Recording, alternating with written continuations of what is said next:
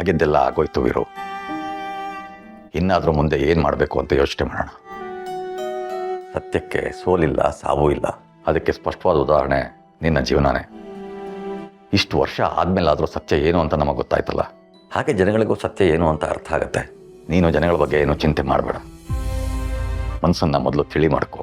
ಒಳ್ಳೆ ನಿದ್ದೆ ಮಾಡಿದ್ರೆ ಮನಸ್ಸು ಹಗುರ ಆಗುತ್ತೆ, ದೇಹಕ್ಕೂ ಆಯಾಸ ಕಡಿಮೆ ಆಗುತ್ತೆ. ಹೆಚ್ಚಿಗೆ ಯೋಚನೆ ಮಾಡಬೇಡ. ಯಜಮಾನ್ರೆ,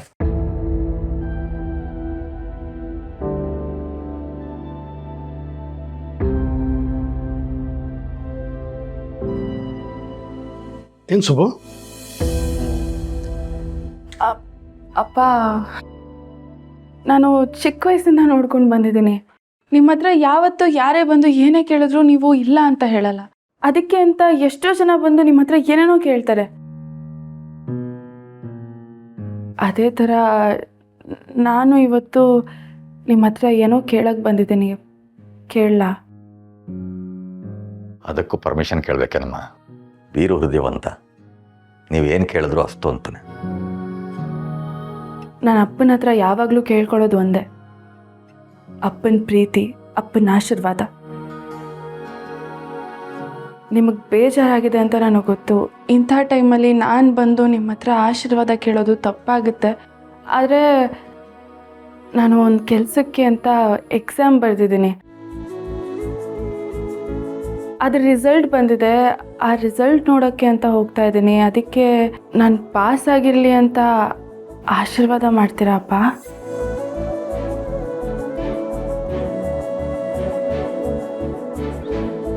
ಬಾಮ್ಮ.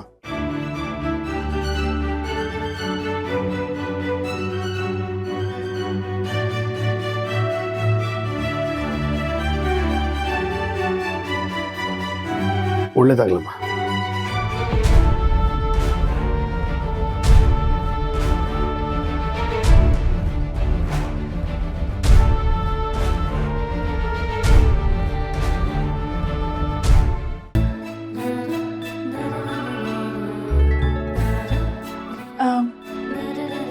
ನಾನು ನಿಮ್ಮನ್ನ ಎಲ್ಲೋ ನೋಡಿದ್ದೀನಿ, ಆದರೆ ಎಲ್ಲಿ ಅಂತ ಗೊತ್ತಾಗ್ತಾ ಇಲ್ಲ. ನೀವು ನಮ್ಮ ತಂದೆ ಪ್ರಾಣ ಸ್ನೇಹಿತರು ಅಂದಮೇಲೆ ನೀವು ಕೂಡ ನನಗೆ ತಂದೆ ಸಮಾನನೇ. ಆಶೀರ್ವಾದ ಮಾಡಿ ಅಂಕಲ್.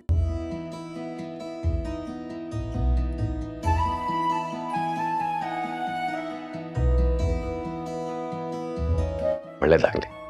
ಹೋಗಿ ಬನ್ನಿ ಅಮ್ಮ.